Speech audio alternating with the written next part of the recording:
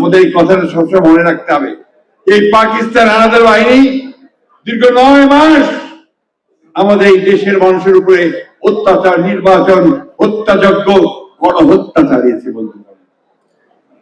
আমাদের মা বোনদেরকে তুলে নিয়ে গেছে এবং এই বাংলাদেশের তৎকালীন বাঙালিরা কিছু অংশ তারা সেদিন পাকিস্তান হানাদার এসে যোগ সাজস করে সেদিন তাদের সঙ্গে সহযোগিতা করে এই গণহত্যাকে পরিচালিত করেছে বন্ধুগণ। আমরা সেই দিনগুলো ভুলে যাইনি, এত দ্রুত ভুলতে পারি না আমরা।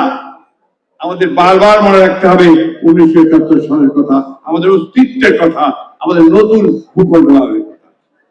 আমাদের দলের প্রতিষ্ঠাতা শহীদ ঘোষক শহীদ জিয়াউর রহমান সাহেব আমাদের সেদিন যে অনেক স্বাধীন বাংলাদেশের ভূখণ্ডের স্বপ্ন দেখিয়েছিলেন, ঠিক তেমনি ভাবেই তিনি 1975 সালে সিপাহী জনতার বিপ্লবের মধ্য দিয়ে রাষ্ট্র পরিচালনার দায়িত্বে আসার পরে বাংলাদেশকে গড়ে তুলবার জন্য, বাংলাদেশকে আধুনিক সমৃদ্ধ বাংলাদেশ হিসেবে গড়ে তুলবার জন্য, গণতান্ত্রিক বাংলাদেশ নির্মাণ করার জন্য তিনি নতুন ভাবে কাজ শুরু করেছিলেন এবং স্বপ্ন দেখিয়েছিলেন, শুধু নয় তাকে বাস্তবে রূপ দিয়েছিলেন।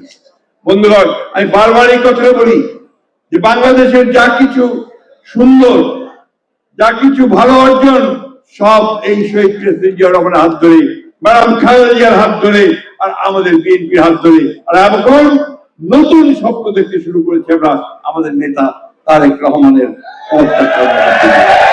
বন্ধুগণ, আজকে সেই দলটি, যে দলটি সেদিন 1971 সালে স্বাধীনতার বিরোধিতা করেছিল, সেই রাজনৈতিক শক্তি 1947 সালে পাকিস্তানের বিরোধিতা করেছিল, তারা আজকে নতুন করে বাংলাদেশের স্বাধীনতাকে নস্যাৎ করতে চায়, গণতন্ত্রকে নস্যাৎ করতে চায়, মানুষের আশা আকাঙ্ক্ষাকে ধ্বংস করতে চায়। বন্ধুগণ, আগামী নির্বাচন আমাদের সেই নির্বাচন, যে নির্বাচনে এই দেশে উদার গণতান্ত্রিক একটা বাংলাদেশ আমরা নির্মাণ করব, নাকি পশ্চাৎপদ একটা বাংলাদেশের দিকে চলে যাব, এই নির্বাচনে সেই সিদ্ধান্ত হবে। বন্ধুগণ, এটা আমাদের বুঝতে হবে।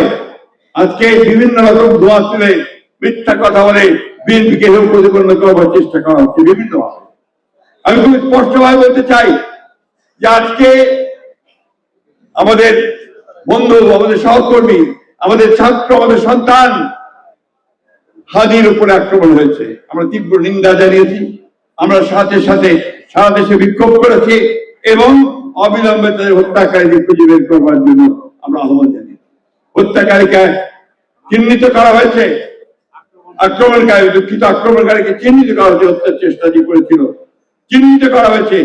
দেখা গেছে যে সে হচ্ছে আওয়ামী লীগের একজন খুনি, আওয়ামী লীগের একজন সন্ত্রাস।